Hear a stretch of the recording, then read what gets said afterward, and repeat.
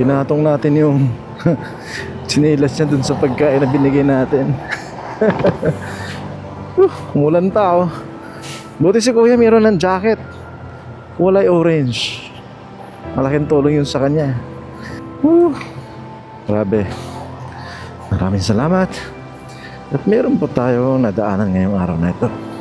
Salamat po sa Diyos.